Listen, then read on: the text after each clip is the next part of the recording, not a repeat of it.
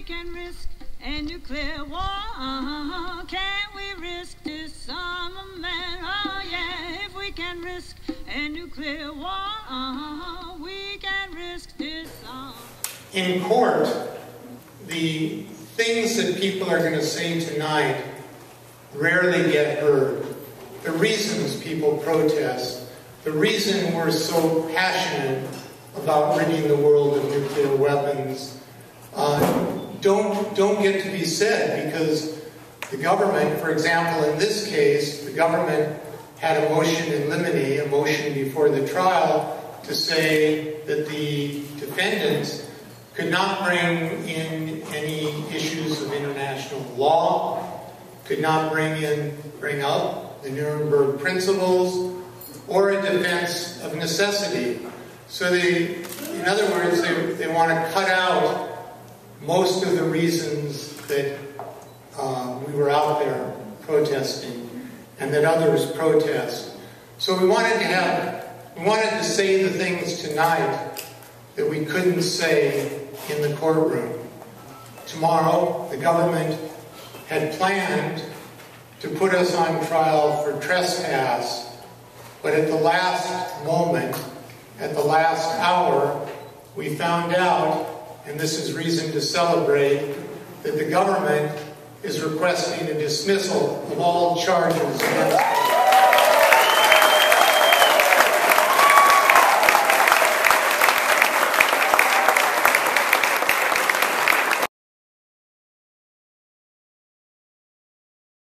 You know, that's a new thing that we know about nuclear weapons, with a few hundred of them, even 100 of them in total, in an exchange between India and Pakistan, where they fired the missiles at each other's cities and destroyed each other's cities.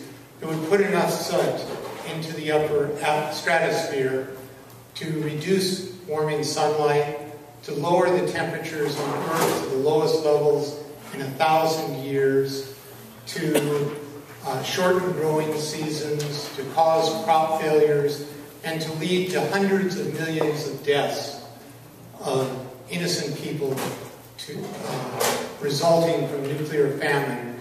And that local war between India and Pakistan would have global consequences. Up to 1 billion people could be killed. So tonight our purpose is to put nuclear weapons on trial. And I want to say a few things about the defendant nuclear weapons. What are nuclear weapons? Well, this is what General George Lee Butler says about nuclear weapons. General Butler was a former commander-in-chief of the United States Strategic Command. He was in charge of all strategic nuclear weapons in the U.S. arsenal. And here's what he has to say about nuclear weapons. Nuclear weapons give no quarter. Their effects transcend time and space, poisoning the earth and deforming its inhabitants for generation upon generation. They leave us wholly without defense, expunge all hope for survival. They hold in their sway not just the fate of nations, but of civilization. And here's what Archbishop Desmond Tutu has to say about the defendant, nuclear weapons. Nuclear weapons are an obscenity. They are the very antithesis of humanity, of goodness in this world. What security do they help establish? What kind of world community are we actually seeking to build when nations possess and threaten to use arms that can wipe all of humankind off the globe in an instant?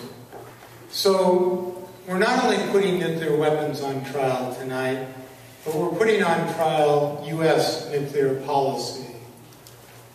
And U.S. nuclear policy continues to have thousands of nuclear weapons on high alert, hair trigger alert, ready to be fired in a few moments in order to do so. Let me just give you some of the charges that I think need to be made against U.S. nuclear policy. And others, I think, will fill these in. First, the U.S. has failed to fulfill its obligation to engage in good faith negotiations for nuclear disarmament.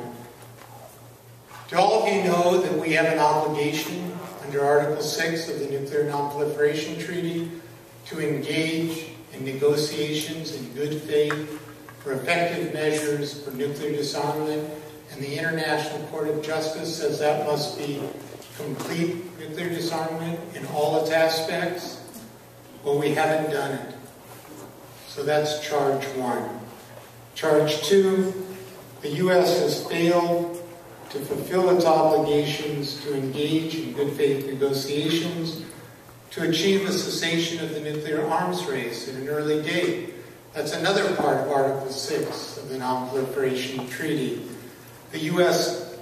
hasn't engaged in negotiations for a cessation of the nuclear arms race at an early date. In fact, that treaty entered into force 42 years ago, so I think we can say anything done up to this point and from this point forward can't be at an early date because it's already a late date. The U.S. threatens the mass annihilation of the human species. U.S. nuclear policy threatens that. I don't think the United States wants to see the annihilation of the human species or complex life on the planet, but we walk right up to the precipice of that happening, and we need to walk it back, and we need to eliminate these weapons. Fourth charge, the U.S. is recklessly endangering life on this planet. We keep our missiles, as I said, on hair trigger alert, 24 hours a day, 365 days a year. And those intercontinental ballistic missiles that we were protesting at Vandenberg, those intercontinental ballistic missiles are in fixed silos, so they're easy targets. They invite attack in a time of crisis, and U.S. decision makers have policies of use them or lose them, and that's a very dangerous situation to be in. Fifth, the U.S. is committing crimes against the environment, ecocide. The radiation that's produced by nuclear explosions cannot be controlled in time or space. We know enough about it to know that that radiation is dangerous for the entire planet and for all living creatures and for the ecosystem. Sixth, the U.S. is committing crimes against future generations with its nuclear policies. What we're doing with nuclear weapons threatens civilization. Is that what we want? Do we want to leave a destroyed country, a destroyed civilization to future generations, if there are future generations? Do we want to leave the residue of the plutonium that's used in these bombs, which has a 24,000-year half-life, to future generations and to their health to worry about? Seven, the U.S. has contaminated indigenous lands. The Yakima Nation, Indian Nation, near the Hanford Reservation, the Chumash Indians near us. In fact, the property that Vandenberg is built on should be Chumash property. Where the testing occurred in Nevada, all Indian lands, all the lands of indigenous peoples. Eighth, the U.S., through its nuclear policies, breached the trust of the international community. After World War II, the United States was the trustee of the trust territories in the Pacific, and that included the Marshall Islands. And we conducted nuclear tests on those islands, and we contaminated the Marshallese Islanders.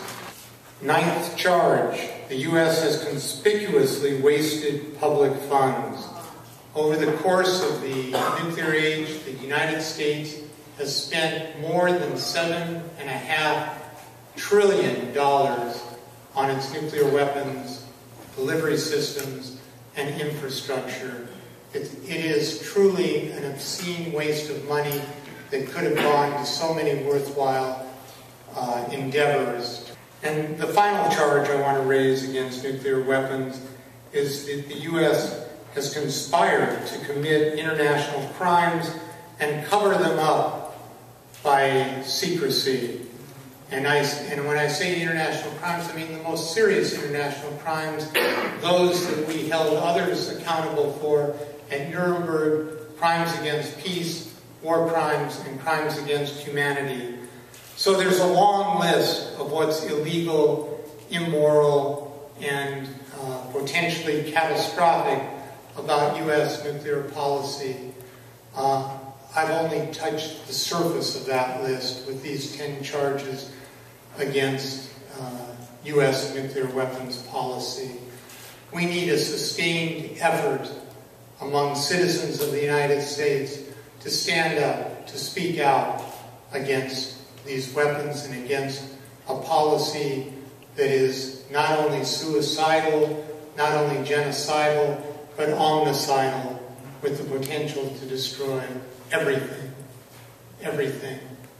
And it hasn't gone away. It hasn't gone away. So, again, I'm very proud tonight to stand with my fellow members of the Vandenberg 15. I don't know when we're going to have a chance to gather again, but I just want to tell you all that I love you for what you've stood up for. I love the persons that you are, and I thank you so much for what you've done and what you will do in the future. Thank you.